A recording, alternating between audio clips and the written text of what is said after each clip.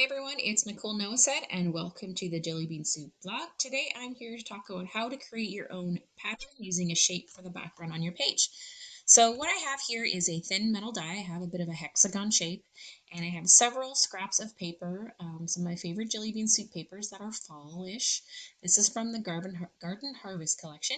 I have a nice mix of gold and green, this rich purple, as well as some neutrals here that I'm going to use to both tie in all the colors in the project as well as provide a little bit of balance. So I'm just running that die through my scraps of paper, through my die cut machine, and I'm just going to organize them by color on my table. I am going to die cut here a few different neutrals as well as the colorful pieces. So I have set aside kind of a black polka dot. I have a wood grain brown there, and you can see I have that really pretty tiled brown pattern, that kind of a vintagey look. And those neutrals are really important when you want to mix a whole lot of pattern and color because they will create a little bit of balance and rest on your eye when you're looking at your final project.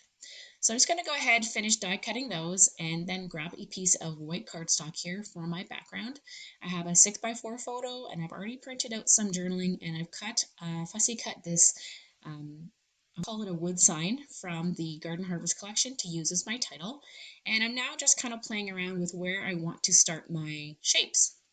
So I've decided to move my photo over slightly because it is wider, so I can move my hexagon design on the right hand side of the page. And I'm just going to start at the top with one of the pieces here and then go all the way down. I am leaving like probably about 1/8 of an inch gap in between all the pieces of paper. That's just so I get some of that white balance in between all the different colors that I'm going to have going on. And I just kind of like the look. I thought of putting them together and sandwiching together, but I really liked this white spacing in between. So I'm just adding more and more colors as I go. I'm trying to make sure not to have too much of the same color in one area and to make sure that I do use those neutral colors to kind of balance everything off as I go. I usually, when I do a project such as this, I do die cut more than I end up needing for my project. That just gives me the ability to kind of move things around, play with my colors and my patterns so I don't feel forced to use 2 or 3 of each specific pattern. I am making sure that I do include patterns too that have a lot of multiple colors in it, like that one there with the floral. That brings in a lot of the colors on my project. Now I'm just going to trim any of the excess off here with my scissors as it did not fit into my trimmer properly because of the overhang.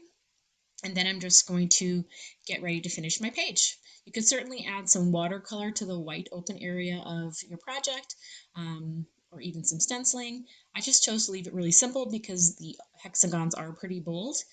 But I did decide to use a thin strip of that black polka dot here on the left side of my project just to balance things out a little bit. It felt like the plain white on that one side was just a little too stark for my liking.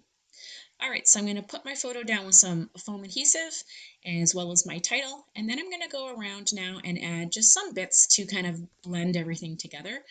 Because I have all that color, I want to kind of draw in some other items that can blend the color nicely.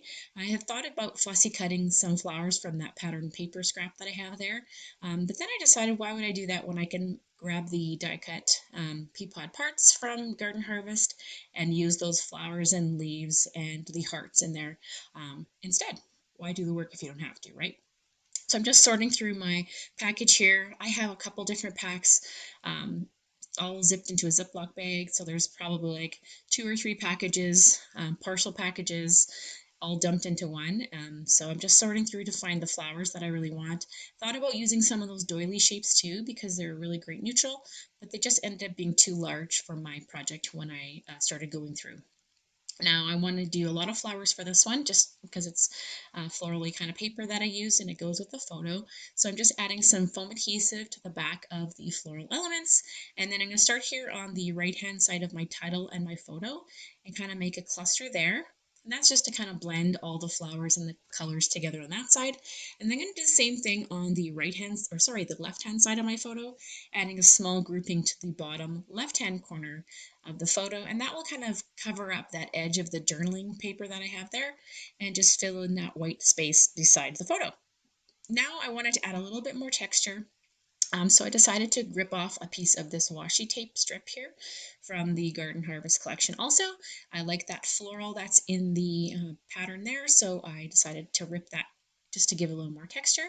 And then I added my die cut shape and a little flower to cover up the empty area. I decided I wanted to add that navy floral tag to the top of my photo, and then these super cool epoxy dots are great to add just little bits of color into the open areas of your design. So I wanted to add all the different colors in my project in and around my photo. So these epoxy dots are perfect to do that. You can add in some of the little black too, just to kind of ground everything out nicely.